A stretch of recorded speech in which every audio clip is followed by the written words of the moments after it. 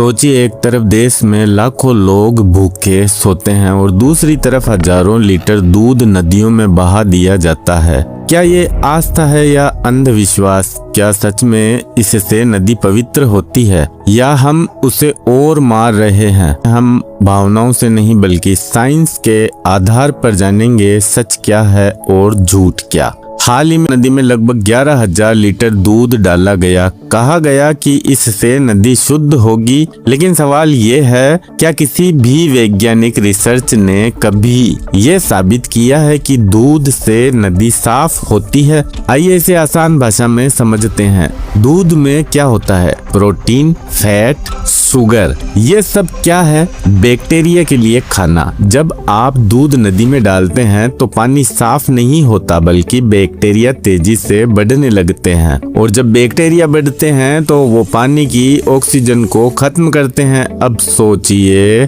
अगर पानी में ऑक्सीजन कम हो जाए तो मछलियाँ और दूसरे जलीय जीव क्या करेंगे? वे धीरे धीरे मरने लगते हैं। यानी जो काम पुण्य समझकर किया जा रहा है वो असल में जलीय जीवन के लिए जहर बन रहा है।